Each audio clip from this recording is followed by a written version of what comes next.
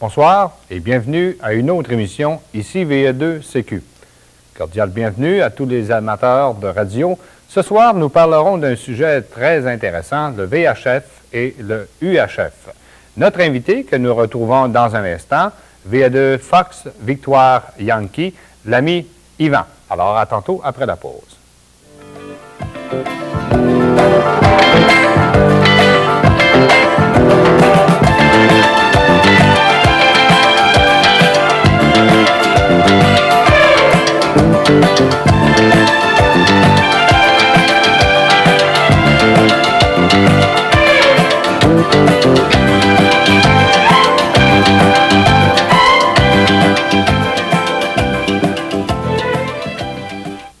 Alors, Yvan, bonsoir. Bonsoir. Bienvenue. Yvan, on parle de VHF et de UHF ce soir. Des appareils pas tellement sophistiqués, mais quand même toujours en radio amateur. Vous nous avez apporté une carte, on peut lire l'attribution des fréquences radioélectriques au Canada. Est-ce qu'on pourrait en parler un petit peu? OK. C'est une carte qui est distribuée par le ministère des Communications canadien. On voit un paquet de petites couleurs. Ça indique chacun des services qui est offert dans le spectre radioélectrique au Canada. Alors, on peut voir ici que tout est séparé par lanière horizontale. On voit le HF, qu'on a déjà discuté des émissions précédentes. Nous, on parle du VHF-UHF. C'est pas mal dans ces deux bandes de fréquences qu'on retrouve le plus de services, qu'on pourrait dire, local. Alors, le HF est plutôt international. Il va couvrir une très bonne partie du globe. Tandis que le VHF et UHF, ce sont des bandes qu'on va faire opérer par plusieurs personnes, services locaux, que ce soit des services ambulanciers, police. Alors, nous, pour le VHF-UHF, on a des bandes de fréquences qui sont colorées sur cette carte-là. D'accord. Maintenant, aux émissions précédentes, on parlait du HF, on définissait haute fréquence. On retrouve quand même HF avec le V en avant. Est-ce qu'on pourrait peut-être juste donner les spécifications des lettres? OK. Pour le HF, c'est haute fréquence, high frequency. Ce sont des notations anglaises. Les notations françaises se nomment, on pourrait dire, ondes métriques, décimétriques, décamétriques. Mais internationalement, là, les termes anglais sont bien connus. Alors, VHF pour Very High Frequency, UHF Ultra High Frequency, excusez l'anglais. Alors, la bande VHF couvre de 30 à 300 mégacycles et le UHF de 300 mégacycles à 3000 mégacycles ou 3 GHz. Alors, dans les bandes radioamateurs, on retrouve ici de 144 à 148. Très difficile à voir, c'est très petit. On a 4 mégacycles. On peut, seulement pour donner une petite idée, ici en vert, le canal 5 et 6 de la télévision qu'on connaît bien, on peut remarquer la différence de longueur par rapport aux 2 mégacycles qu'on a ici. Très large. Très, très large. On a ici entre 117 et 137 mégacycles la bande de l'aviation commerciale, que ce soit n'importe quelle compagnie, ils sont comprises dans cette bande-là. Maintenant, les bandes de radioamateurs qu'on parlait tantôt, le petit espace... Petite largeur. Petite largeur. Est-ce qu'on pourrait peut-être montrer l'appareil avec lequel on peut travailler dans cette bande de fréquence? D'accord. On a sur la gauche l'appareil qui est un petit peu d'un plus gros, qui est un appareil d'une dizaine d'années, qui est encore très bien opérationnel, qui est un appareil VHF. On a une syntonisation de fréquence qui se fait par le bouton du centre. C'est cet appareil qui couvre les 4 mégacycles que je parlais tout à l'heure. Alors, en termes clairs, ça veut dire environ 400 canaux de communication. 400 canaux qu'on peut réellement travailler. C'est pour vous donner une meilleure idée. Ensuite, on a aussi les appareils du même type qui sont les portatifs, qu'on appelle. On a 2 modèles ici. Un qui est dans le VHF, celui-ci, et l'autre modèle aussi couvre la bande VHF et UHF. On remarque que les 2 bandes sont couvertes dans certains appareils maintenant. L'électronique, en avançant, on a réussi à réduire beaucoup. Alors, c'est pas tellement gros pour l'espace de fréquence qu'on peut travailler. Mais si on pense qu'un appareil de cette grosseur-là peut avoir 400 canaux de communication, c'est pas tellement la place qui manque pour toutes nos communications.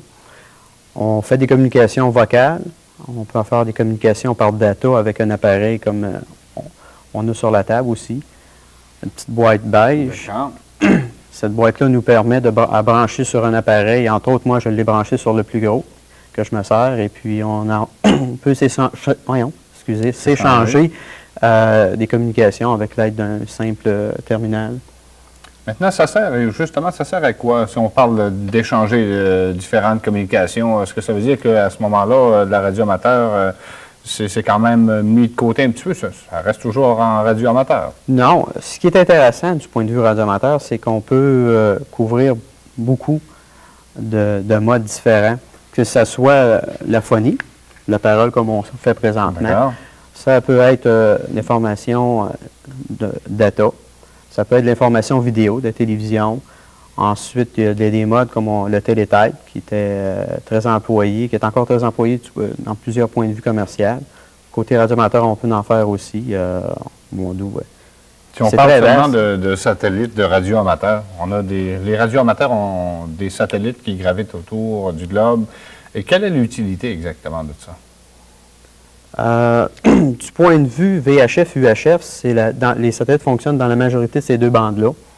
Alors, vous avez tout simplement le lien qui part de la Terre, qui va sur le satellite, qui est automatiquement très élevé. Donc, il va avoir une très bonne couverture sur la planète.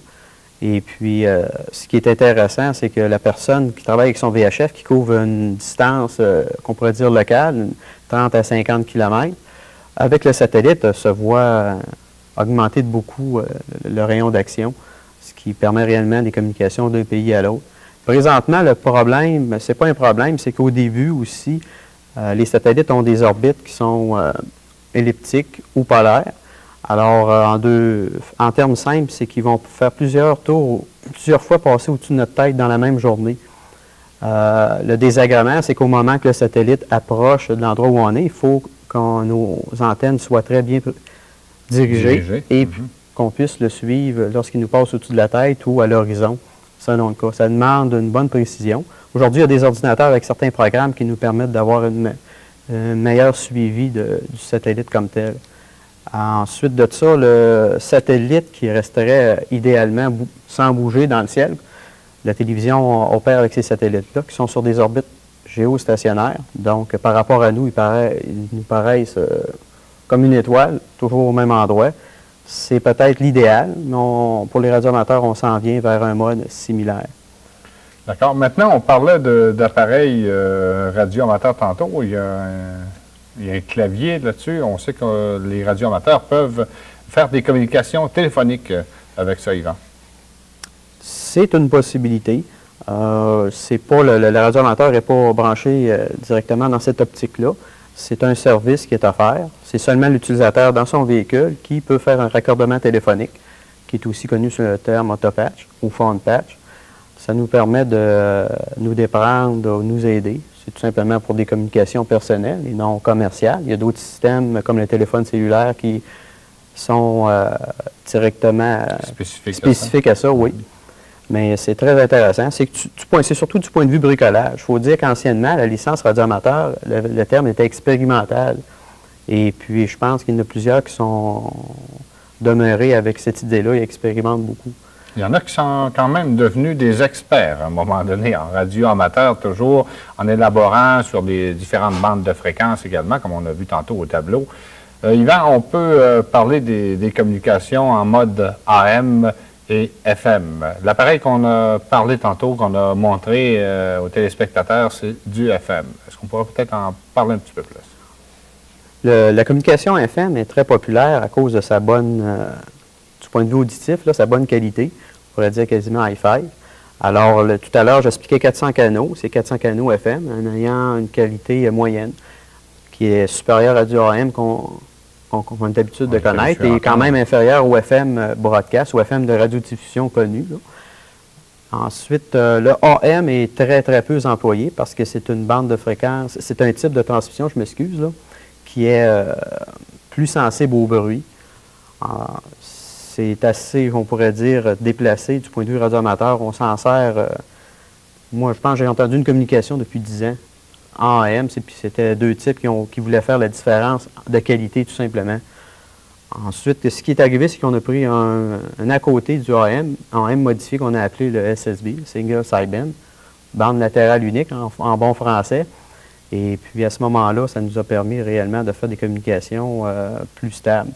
Sauf qu'à l'oreille, pour quelqu'un qui n'est pas trop habitué, ça sonne fêlé un petit peu, ça sonne canne à tomate.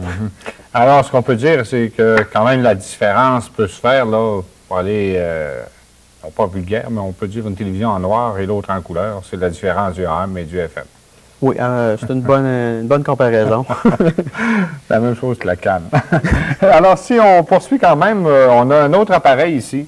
J'aimerais peut-être que, justement qu'on en parle. On va le virer à la caméra pour qu'on en parle un petit peu. Ça représente quoi, ça?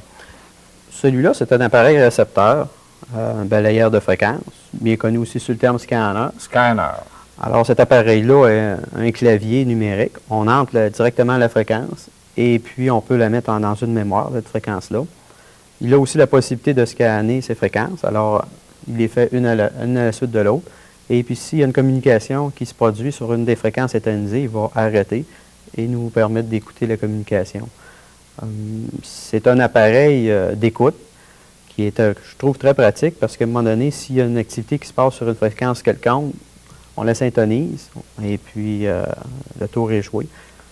Moi, je pense qu'il y a beaucoup d'écouteurs d'ondes courtes également qui ont des appareils de ce genre-là. Il y a également un autre appareil, un autre scanner qui ressemble beaucoup au radioamateur qu'on a parlé tantôt. On en a parlé dans d'autres émissions. Alors, c'est exactement la même chose. Le scanner portable qu'on peut transporter à la ceinture ou d'une autre façon, ça permet quand même d'écouter les conversations radio-amateurs. Oui. Maintenant, avec la technique qui progresse toujours, ils ont réussi à prendre un scanner qui est de cette dimension-là, qui date environ d'une dizaine d'années, le mettre dans un volume équivalent à celui-là, avec le même nombre de fréquences et même supérieur. Plusieurs scanners ne font pas la bande d'aviation, qui est en AM, alors que maintenant, les petits comme ça peuvent aller dans cette bande-là pour avoir quand même une qualité audio acceptable. Je tiens à préciser une chose, si vous remarquez les appareils qui sont ici, celui-ci, le scanner a 10 ans, l'autre, tout à l'heure, on parlait il y avait une dizaine d'années aussi. Alors, je veux dire, c'est des appareils qui ont 10 ans, mais qui sont quand même très performants. C'est pas comme une auto au bout de 10 ans qu'on est réellement obligé de changer. Alors, le radioamateur, vous pouvez commencer progressivement. Moi, j'ai commencé avec un appareil comme ça pour écouter, ce fameux scanner, et puis par la suite, j'ai toujours gradué puis acheté des appareils. L'intérêt est à pousser plus loin, alors pour ça, exactement. Quelqu'un qui débute peut acheter un appareil comme ça qui a une dizaine d'années, puis peut avoir pendant plusieurs années un très bon service, et puis ça permet au début au budget. C'est comme n'importe quel hobby. On peut débuter à un petit budget tranquillement. Petit train va loin. Maintenant, on est radioamateur, on a la possibilité de faire des conversations téléphoniques. Est-ce qu'on a une ligne privée? Est-ce que quelqu'un peut nous entendre?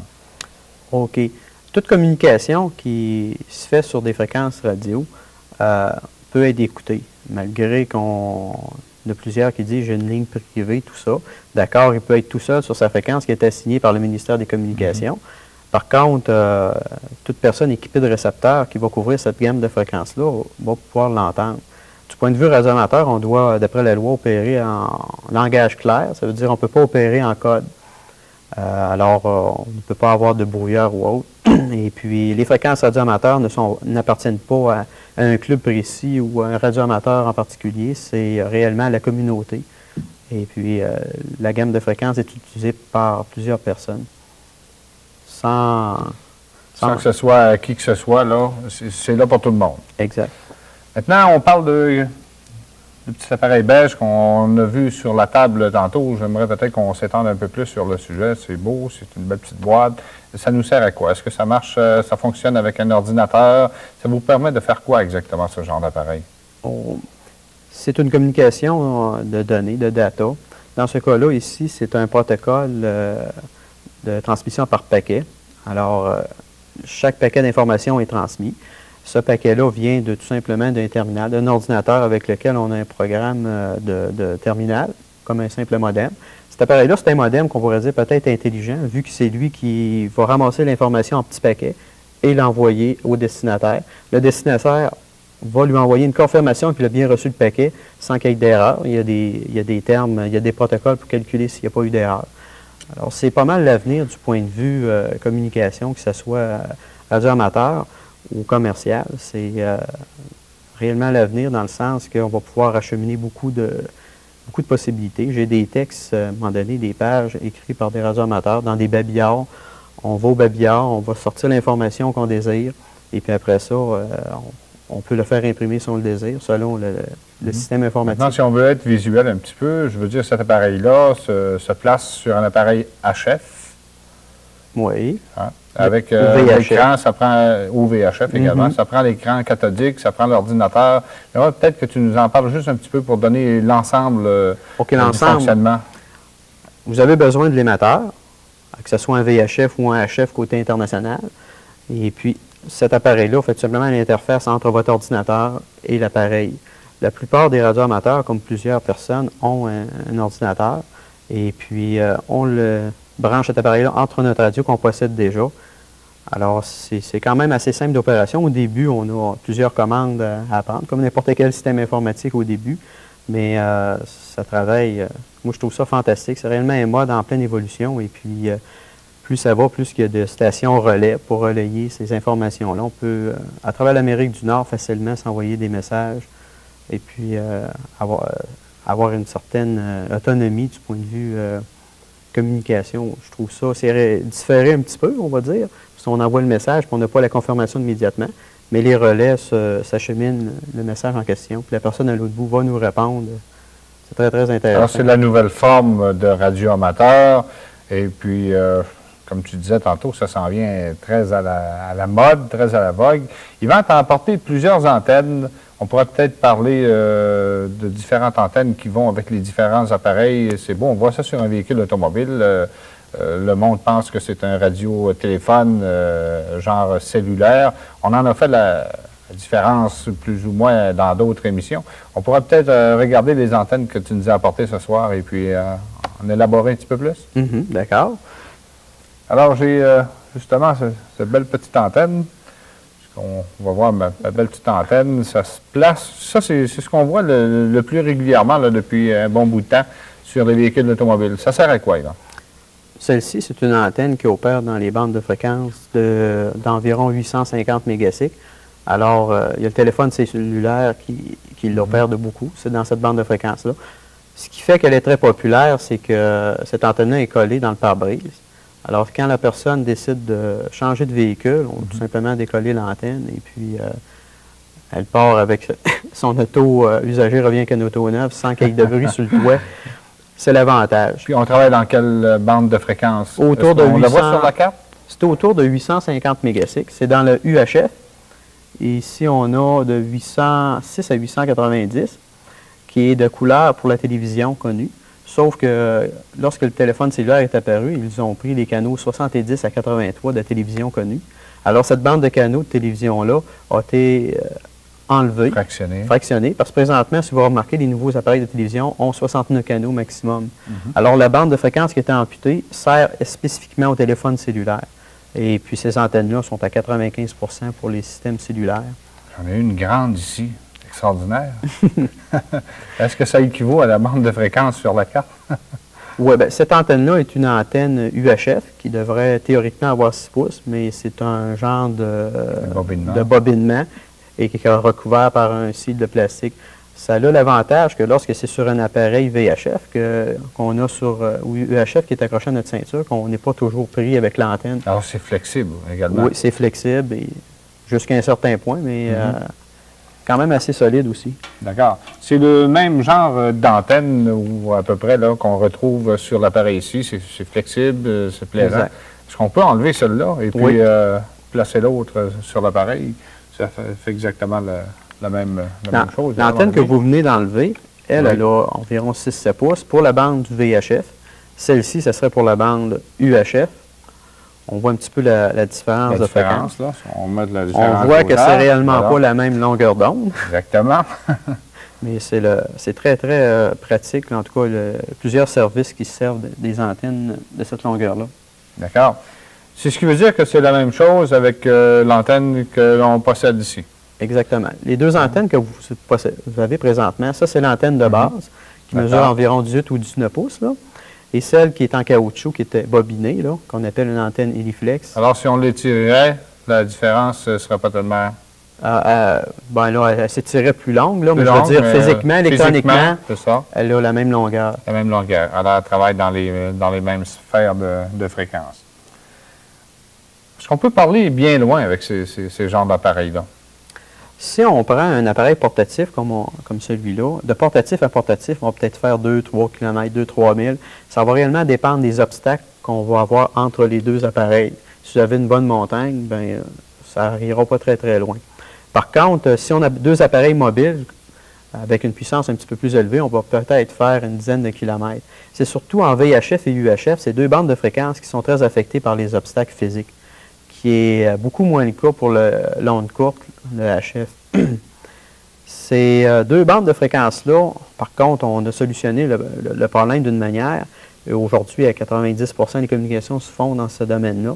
C'est que sur un édifice en hauteur ou une montagne très élevée, on va placer une station relais, qu'on appelle le répéteur, qui est en quelque sorte des récepteurs et des émetteurs installés dans des cabinets. Ils sont plus robustes, ils ont des puissances accrues. Ils travaillent toujours dans les mêmes bandes de fréquences que l'appareil qu'on avait ici tantôt. Alors, avec ce petit appareil-là, j'ai simplement à retransmettre un signal qui s'en va à la station répétitrice. C'est ça. Et la station répéteur réémet le signal avec une plus grande puissance. Alors, ça a le même effet que si vous étiez sur la montagne avec un émetteur à grande puissance. Maintenant, est-ce que cet émetteur-là peut donner un autre signal à une autre répétitrice? OK. Sur la répétitrice, une fois qu'on est relié, on peut couvrir une cinquantaine de kilomètres assez facilement si la montagne est bien élevée. Il y en a qui font une centaine de kilomètres. Il y a des systèmes qui sont reliés entre eux. Alors, vous avez deux systèmes relais sur deux montagnes qui font leur travail. Ce qu'on voyait à l'écran il y a un instant, c'était un système, ça, une organisation. Toute l'installation, vous avez l'équipement technique, vous avez des genres de bonbonnes qui sont des équipements de filtration. Parce que sur ces sites-là, il y a quelques antennes et plusieurs systèmes qui sont accouplés sur la même antenne. C'est ce qu'on voit présentement. Alors, ces systèmes-là reçoivent le signal et retransmettent localement. La montagne, à une centaine de milles plus loin, va faire le même principe. Alors, entre ces deux montagnes-là, il peut y avoir des liens qui se feraient avec un système de radio aussi. Alors, par le clavier qu'on a sur l'appareil, comme celui qu'on prend pour faire des appels téléphoniques locaux, on peut générer un code et relier les deux relais entre eux. Alors, vous allez parler localement sur votre relais. En reliant le deuxième relais, vous allez pouvoir parler dans une autre localité avec un certain code. Les radioamateurs ont monté un système qu'ils appellent le réseau du Québec, le réseau THF. THF qui est la version française de VHF, très haute fréquence. Et ça fonctionne à partir d'un appareil de 3 watts, comme on voit là. Ce qui veut dire qu'on s'en va sur faire une promenade et puis un accident survient ou quoi que ce soit, on n'est jamais mal pris avec un genre d'appareil comme ça. C'est qu'on peut communiquer. On peut également communiquer à la maison. Ça se fait vraiment très intéressant. Et on joue toujours dans les bandes de fréquences que nous avons vues. Maintenant, le UHF, tantôt on parlait des différentes sphères. Est-ce que tu pourrais nous en parler un petit peu plus? Où est-ce qu'on se trouve là-dedans, nous autres, la radio amateur? Les radioamateurs se trouvent dans la bande de 430 à 450 mégacycles. Je disais 440, 450 parce que ce sont les 10 mégacycles qui sont les plus occupés. Le 430 à 440 est occupé surtout par des communications en Morse, en SSV et satellite. Ce sont dans cette bande-là que se font beaucoup les contacts. On voit ici que pour la bande radioamateur, il y a deux couleurs. Alors, ça veut dire ici, il y a un deuxième service en UHF qui est dans la même bande que les radioamateurs. Ça peut être de la radiodétection. Alors, dans certains cas, le gouvernement installe pas deux réseaux, mais je pourrais dire deux services différents mais qui sont très différents et qui, bien souvent, n'opéreront pas dans les mêmes régions ou dans... Sans se nuire. Sans se nuire, exactement. Ça pose certains petits problèmes, bien entendu, mais si vous remarquez, la carte ici qui couvre tout le spectre radioélectrique, elle est réellement bien colorée. Alors, on voit que toutes les fréquences, on est quand même saturé. Il faut réellement faire attention. C'est comme une richesse, là. Il ne faut pas la polluer. Alors, il y a quand même des lois. Il y a des lois qui régissent ça. Et puis, c'est pas n'importe quel appareil qui peut se promener dans n'importe quelle bande de fréquence. Anciennement, les radioamateurs se faisaient quasiment un devoir, dans les années 30, de bâtir son appareil onde courte. Mais aujourd'hui, avec les normes techniques et toutes les possibilités d'interférence, vu que beaucoup de personnes ont des appareils, on est obligé d'acheter un appareil qui est quand même conçu techniquement à l'usine. Il y a certains équipements qu'on peut quand même concevoir, mais on est plutôt limité. Aujourd'hui, c'est plutôt de l'assemblage de morceaux, comme l'appareil tout à l'heure qui nous permettait de faire de transmission de données. Il y en a qui vont bâtir leur émetteur de télévision. C'est tout simplement sur une base expérimentale, mais c'est assez limité. Ici, tout simplement, on fait une petite démonstration de 430 à 450 mégasics. On a à peu près un demi-pouce sur la carte en diamètre. Et ici, pour les canaux de télévision UHF, on a le canal 14 à 36 qui couvre de 470 à 608 mégasics. On peut remarquer la différence de largeur qui est donnée. Et puis, un petit peu à côté, encore dans le vert, on a le canal 36 à 69. Alors, ça fait pour le UHF une très bonne longueur pour les canaux. Et puis ici, la petite bande de couleur est pour le téléphone cellulaire et les systèmes de réseau informatisé de radio qu'on appelle le trunking. OK. Le trunking, si on donne c'est le réseau d'assignation dynamique de fréquences. Voilà, c'est un mot quand même, si on pourrait peut-être en parler un peu plus, ça veut dire que le radio-téléphone ne peut pas interférer avec le genre d'appareil que nous avons, les radioamateurs. Exactement. Le téléphone cellulaire et le trunking sont des services commerciaux. Ils ont leurs canaux de fréquence dans cette bande de fréquences-là. C'est à eux autres. Comme nous, on a les nôtres. Et puis, ce sont des services très, très pratiques. Et puis, c'est bien le fun de voir ici que les téléphones cellulaires ont à peu près 2 fois plus de fréquences que nous, on a dans la bande UHF. Alors, les appareils comme tels, le côté physique, se ressemblent beaucoup. Mais ce qu'on vient de voir sur la carte que tu nous as démontré tantôt ne peuvent pas interférer. Alors, c'est pour ça qu'on peut dire que la radio amateur, c'est quand même bien à part et puis c'est un monde bien différent. C'est un monde très intéressant et puis ça nous permet de varier beaucoup. Il y a plusieurs personnes du côté radio amateur qui vont faire surtout des contacts ondes courtes, d'autres qui vont faire des contacts VHF, UHF local. D'autres personnes qui vont faire beaucoup d'expérimentation. Ce n'est pas seulement des personnes qui vont parler, il y a beaucoup d'autres choses en dessous de ça. Il y en a pour réellement tous les goûts. Alors, Yvan, je te remercie beaucoup. Ça a été très intéressant, surtout que ça a passé très, très vite. C'est tout en ce qui nous concerne. Je vous parle du concours VA2CQ. Vous faites parvenir vos lettres à 2700 Jean Perrin, suite 120. C'est au G2C1S9. Et puis, on attend vos lettres. On vous dit merci beaucoup d'avoir été là et à la semaine prochaine. Bonsoir.